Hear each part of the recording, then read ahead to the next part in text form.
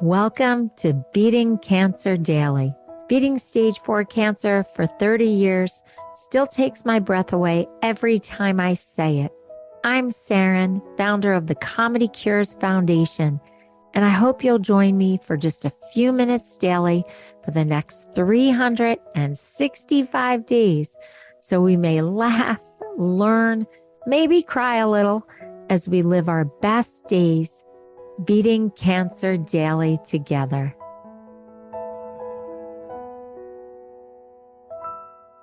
I love this guest. I love our conversations. I love laughing with her. I love crying with her. I bet you already know who it is if you have listened to other episodes of Beating Cancer Daily. Missy Hall is here. Comedian Missy Hall is with us today. Hi, Missy. Hello, Saren, and hello, people who are listening. I'm so honored to be back.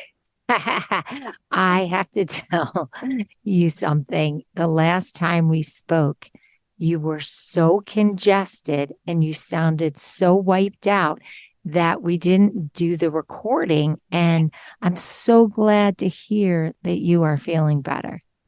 I am. That illness hit me so hard.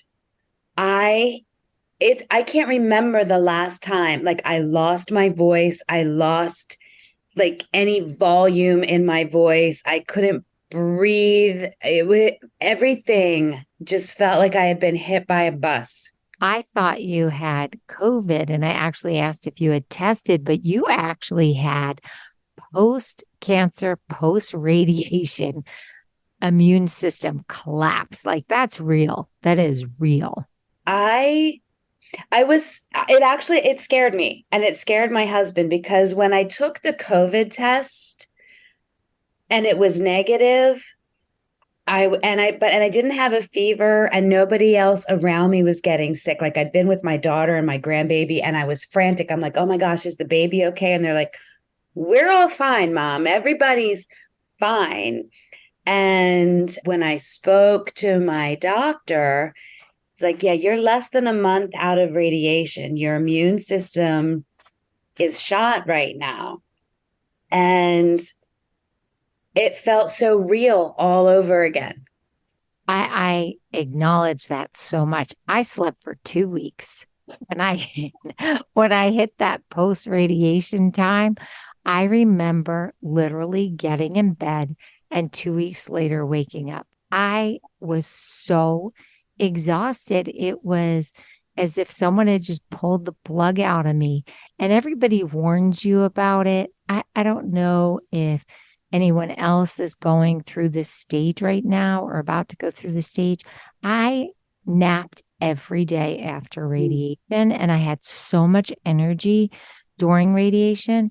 But a couple weeks after, man, whoosh, I just needed to chill out and let all that adrenaline that I had been calling upon to get me through the first year of cancer treatment. I just needed to turn that off and just relax. And that's what happened to me. So when you sounded like you were so exhausted and so stuffy, I was like, you know what, Missy, we are not even going to try to record this podcast.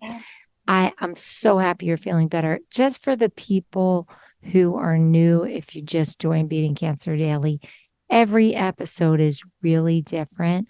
They're usually short, but I do have a few special guests like comedian Missy Hall. And we've been going through her cancer journey together right from the beginning. So, Missy, just for somebody that hasn't been listening, just like a super quick recap about where you are in your cancer journey. Sure. I was diagnosed with breast cancer. I had the scary mammogram results on January 26th. And then I had a biopsy on February 2nd and found out that I had cancer on February 6th of this year. And I finished radiation a little bit less than a month ago Hmm. and I've also begun the estrogen inhibitor that I will be taking for the next 5 to 10 years. So that is where I am. So what, gosh, is that this is August? That those of you that are going through this, time gets so strange. So literally life turned upside down in January, and now we're suddenly at August. I don't know what the rest of the world has been doing, but I'm that's where 24 I am. years out, Missy, 24 years out since I was diagnosed, 30 years since I'm misdiagnosed, and 21 years since I am considered cancer free after a stage 4 cancer diagnosis. And time is still weird for me. I don't know if it's chemo Yeah. brain or what, but it still is weird for me. Oh boy, I that's scary. I got to tell you, every time you talk about how many years out you are, and when I talk about cancer in jokes on stage, and I see somebody from the audience will come up and give me a little pat and goes, "I'm 10 years out, I'm 16 years out, I'm 20 years out," and it's just it's so reassuring, and I can't wait to be that person for other people. Like now I'm like, I'm 2 weeks out. Like that's not impressive. But I think it's all impressive. But just in terms of what you said, for the people who haven't been listening, yes, this crazy maniac friend of mine got back on stage in the middle of her cancer treatment to headline as a comedian because she is so amazing and crazy at the same time. But what happened? You were so stuffy. Did you have to cancel any shows? And have you been back on since you just got walloped with this fatigue? do you want to hear the weirdest thing? And you and I have talked about, faith and the divine working in our favor. This past weekend, which is when I was so sick, was the one weekend that I did not have any shows booked. Whoa, I did you are not have kidding me. I'm not kidding. To the point where I had said to my husband before I started feeling sick, I was like, oh, I'm kind of bummed. I don't have any work this weekend. And then earlier in the week, I started getting sicker and sicker. And honestly, I was like, I don't think I could have done it. Like I could, and I was like, okay, okay, there's somebody who knows more about what's happening than I do. So I miraculously did not have to cancel a single thing. Are you talking about the booker in the sky? Yeah, the big booker in the sky. He's my favorite booker in the The sky. capital B booker in the Yes, sky. the capital B booker. Yeah, he's booked all my comedy and apparently booked some blessings along the way too, right? Yes. The big booker in the sky had me covered. Yeah. So after you have a bout with a cold or flu, I mean, this happens to all of us, whether you've had cancer or not. How hard is it to get back on stage when you are suffering from a cold? Like, do you do it? Do you wait till you recover? Do you go up stuffy and take some antihistamine? How do you handle that? I usually adrenaline does a lot. And because there's been a lot of times, as long as I don't have something that's going to compromise other people, you know what I mean? Like, but if it's my own thing, like a migraine or a stomach ache, or sometimes I get laryngitis. This was all pre-cancer. There's something about being on stage, the adrenaline makes everything work. And then you get off stage and collapse about an hour later. Mm. I know exactly what you're talking Yeah. about. I had a show that I had to host and I had 105 fever. I get super crazy high fevers My and then gosh. literally it just goes away. And I was trying to tell him that I had this fever and they were like, well, you're not going to touch anybody. You're just going to be on stage and you're going to be introducing. And I went to the theater with this raging fever. I did the thing and then I left. And there is something about that adrenaline. I'm not recommending that to anyone, honestly. Right. Don't try this at home, people. Right. But I have seen so many comedians in the green room so ill And then the minute they get on stage, it's like nothing's wrong. And then the minute they get off stage, they collapse. Right. Right. The week before, I had had two shows and I was tired. And that I thought that's where I hit the pinnacle of the post radiation tired. I thought I was just extremely fatigued. And normally I'm a pretty upbeat person.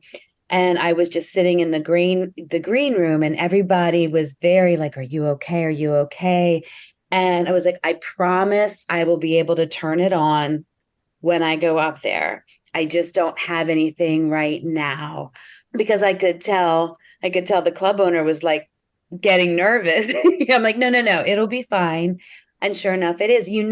There's a magic thing that happens. I Um, really want you to take good care this week because this is when you're at your wick. You know, the wick has just come down on that candle. And this is a critical time for you to really recharge, not only physically, but mentally, emotionally. You have been through a tsunami of cancer treatment. I know you are so brave and you got right back on that stage and you crushed every show, but I just feel like your body is telling you, Missy, it's okay. I need you to really process what you've been through. And I really need you to be good, really be good to us. Like, take care of every part. Get a manicure, get a pedicure, get a massage. And even if finances might be an issue, I don't know, have a family member give them to you if, you know, money is not something you want to be spending on those pampering things right now because you did have to take off work to go through all this treatment. But really think about how to restore you. yeah. And that's the most beautiful thing. I'm sorry, I'm getting a little choked up because I found that I've been so busy plowing through and being a trooper and making sure that my people weren't too worried.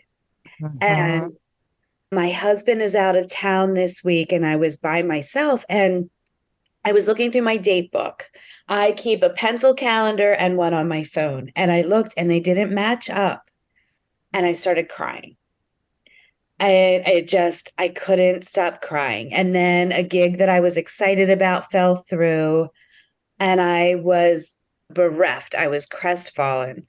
And I literally sat on the couch just weeping. And it was a lot. And my husband FaceTimed me, and he's like, "What's wrong?" He thought something was wrong.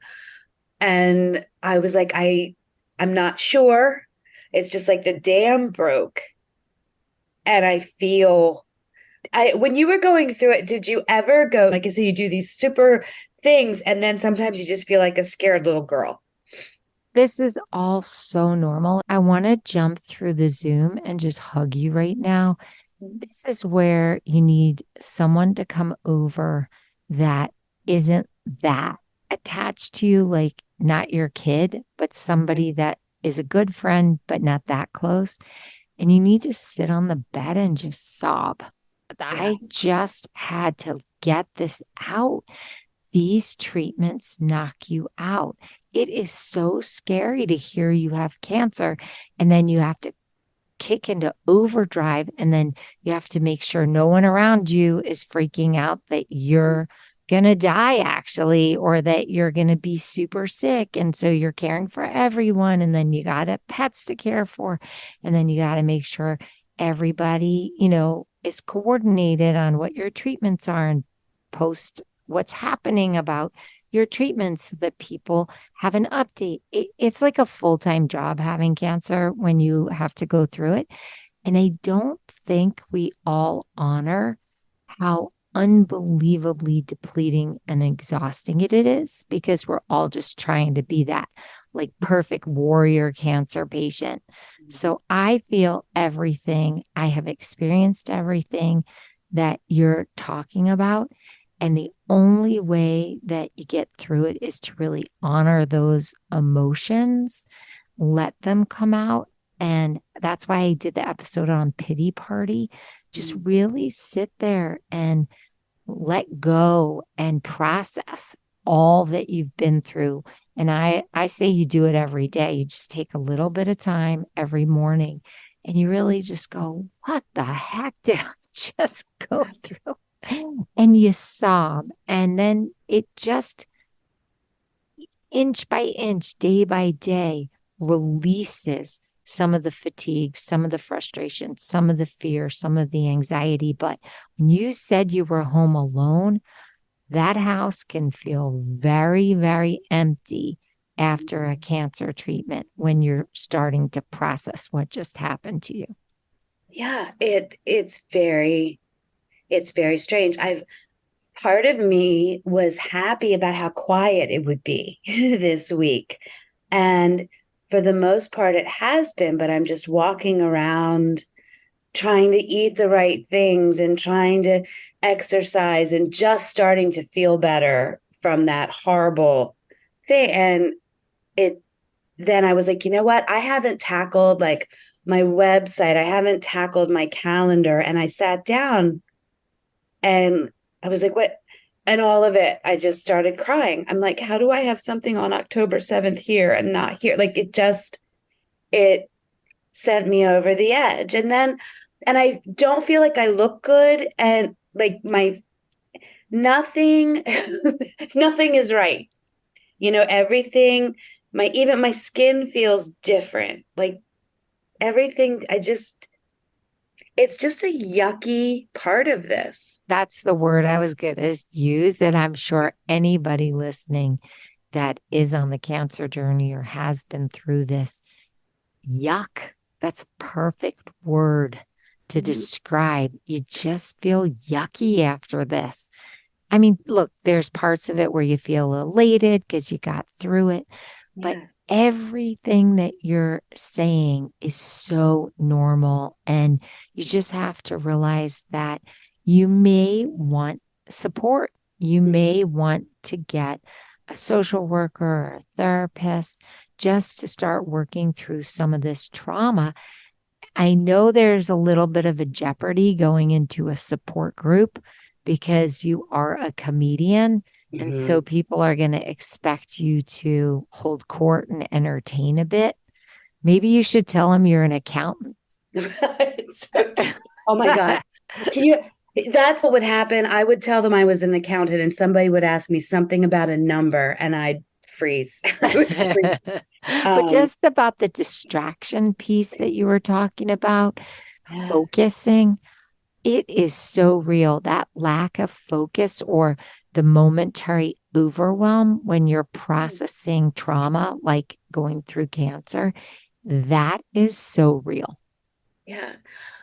I and it surprises me because it's things that used to be so easy for me. And again, I always emphasize I'm so grateful because my cancer was caught early enough. Like everything, it's all going to be fine. And I'm still rocked this hard. And then I have had a therapist probably for 2 years before this started. And she was so lovely when I told her that it looked like I had cancer. And then I had to tell her I did. She actually cried. She's like, I didn't think you would. But in speaking to her, one of the things that I found helpful is I was talking about all the things I feel like I should do. And I should be doing this or I should have done that. And I was telling her, I'm like, I'm finding that I can't really accomplish more than one or two things a day. And a bit of advice she gave me that I think is very helpful is she said, well, why not instead of saying should or have to, think of one thing that you want to do or something that you need to do. And if you just think in terms of that, like I'm like, okay, I do need to return this email, not like I should, because should makes it hangover. And breaking it down that simply has helped a little bit. But then yesterday, when I was doing the thing, it still made me cry. But I'm I I thought it was over. I thought all of this, I thought it was done. And I also was like, am I considered a survivor yet? Like, when does that kick in? I'm like, so now I'm just here and it's weird. It's so real. I can feel the tears, and gosh, when you've gone through this and someone else is going through it, you relive it. You can tap into that moment so quickly. And it's just so raw, Missy. It's so fresh. It really is. And the fact that you're able to express the pain that you're in and this limbo and this state of just trying to heal, but not knowing. I remember, it's going to sound so weird. I remember being diagnosed the second time, and I wouldn't wish that on anybody, Gosh, but no. I was so relieved to get it. Sounds Really? so dark, but one, I knew that I had cancer. And two, I knew that I could beat it because I'd beaten it the first time. So, in Okay. a weird way, I had gotten through the phase that you're in and then got to the invincible phase. And I know that seems a far way off for you right now, but you will get there. It is so new. You are just so new out of this gate. And there's so much uncertainty. There's a new normal. You actually did something that was really intense. And that was, not only did you go back to work, which is a big feat while you're on cancer treatment, you went back onto a stage and performed as a headliner, which is a whole nother level of stress and vulnerability. Yeah, it's when I look at it, it does sound kind of like I really did. I don't think I knew what else to do. And it was about a day or two into my diagnosis where I was sitting on the fence, like, am I going to talk about this as I'm going through it, or am I going to keep it? And I'm not a very keep it person. I feel like the human condition and the human experience is something we kind of owe to each other in a way. I do it through humor. So it didn't make sense for me to keep it in. And one of the beautiful things about that, like I was telling you, the people that will come up and pat me and be like, I'm 10 years out, my mom's 27 years out, or whatever. How does that make you feel when people do that? I, it's like a special secret. It's like a secret handshake. It's like a secret handshake. And it's also been adorable because one woman came up to me. She's like, "Oh, and by the way, you should talk about how important vitamin D is to people." And I'm like, I'll figure out a way to work that in. But it's that part's been adorable, like people adding in insights. I actually was thinking about this moment where you had these lists and you felt really overwhelmed. Yeah. And it's such a real feeling that we all go through, not only during cancer treatment, but after cancer treatment. Can we look at that comedically right now and see if we can find the funny in it? Like how you would Yes. build that to put that on stage because it's so real for you. It's a pain point that everyone gets. It's a universal moment that we've all had. How would we attack that comedically? Well, I think one of the things that I did this, and I imagine people will relate to it. When I started crying, what I did is I wrote down things that I already did just so I could scribble them out. And there was something about like returning a phone call. I had done it, but I wrote it down so that I could angrily cross it out, like, haha, I did that. I, I was one upping myself, my own list. And the other thing I think Wait, comedians, Missy, that's yeah, really funny. This yeah, comment that you had about writing down your things just so that you could defiantly cross them out. That's yes, actually really funny. That could work into a bit. And that's just good advice. right. I did that. And then the other thing is finding, you know, there would be times in my life where I would have big dramatic things to write down. It might be funny to talk about, okay, this weekend you're going to open for John Lovitz. This weekend you're going to headline in Oklahoma. Today you're going to cut your toenails or things like that. Like, and I don't know. I think there's a lot of different ways you can approach it comedically. I have to make an observation. Sure. Okay.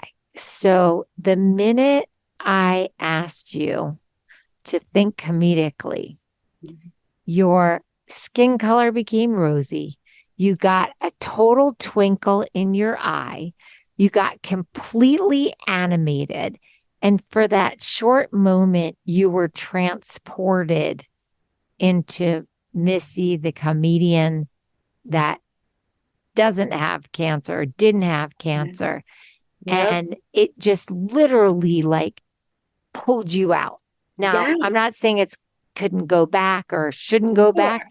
but I'm just saying if anyone listening could actually have seen the video transformation that she made when she went back to her comfort zone, which is thinking comedically, it was so incredibly visible and palpable. Yeah. I feel it like it feels it like I feel like a watered plant the minute I can get into that. Yeah. And yeah, and it's fun. My husband will say that sometimes too. He'll say when he sees me kind of crashing a little, he's like, "Baby, you're going to feel so much better when you get on stage. As soon as you." It's true. I think, and of course, I mean, comedy cures. It's what it's all about. Woohoo. That was a plug for the It Comedy was a Cures plug. It was a plug. Foundation. Remember, like I was into comedy cures before I had cancer.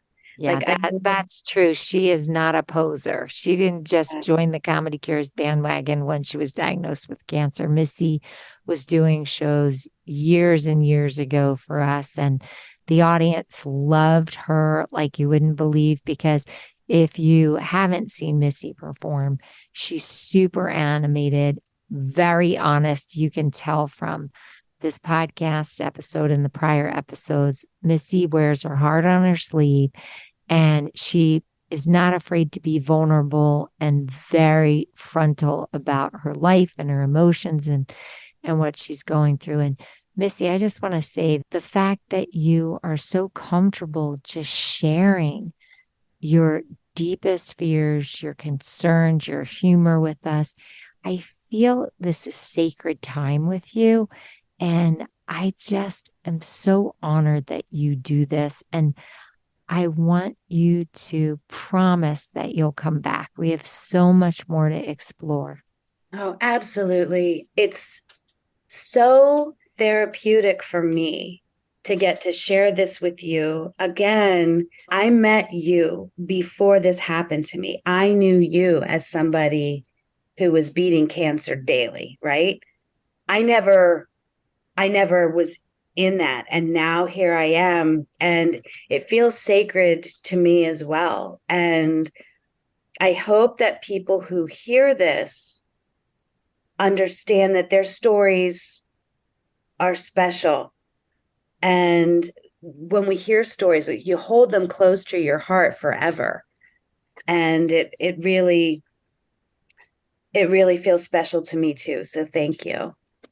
If you haven't checked out Missy's Facebook show, she goes live every Tuesday night with her husband and they have a date night and people from all over the world check it out. They just plug in to see what their conversations are. He's a comedian also, and as beautifully real. The way Missy just bears her heart and soul and humor on Beating Cancer Daily is a taste of what she and her husband do together in their home when you get to check that out live. So if you haven't seen Missy live, check out her website, Missy Hall, and go to her social media. If you want her signature, just write to the Comedy Cures Foundation or record a message to us, and we'll send you back all her contact information, because this journey that she's on is really special, and special because she's decided to share it all with us. And so, Missy, thank you. I can't wait till you come back again. And just know that you are so cherished and so loved, and that we are always here for you, and that all of this fatigue and disorientation and emotions, it's all really normal. When something like that is happening and you have the reassurance that it's not something new and scary, it feels so much better. So thank you. We're in it. We're all in it with you, and we're not going to let you fall. We're all here supporting you. And that's what Beating Cancer Daily is about. Yeah. Every episode is just about helping you get through any stage of this journey or survivorship, or as a caregiver, even, or a healthcare worker, and just helping to improve the quality of your day.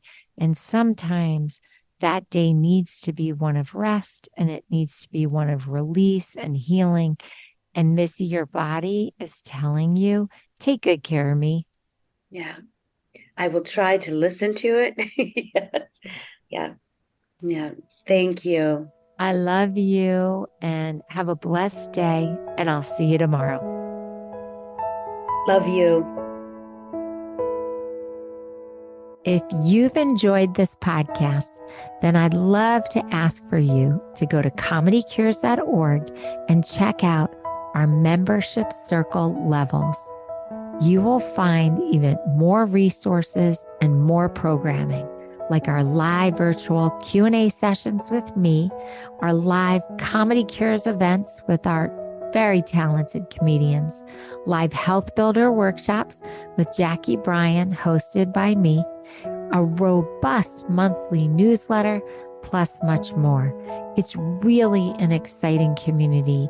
So please consider becoming a member, giving it as a gift, telling your friends, telling your hospital support group all about this community. I can't think of a more empowering way to go through a cancer journey, or your survivorship, or your caregiving experience than with us at Beating Cancer Daily. It's truly an honor to serve you. Thanks so much. See you tomorrow. Guess what time it is? It's time for me to read the disclaimer. Beating Cancer Daily and the membership circle are not in lieu of medical advice or treatment. They are for entertainment purposes only. Please consult your healthcare team to review your best strategy. Thanks for listening.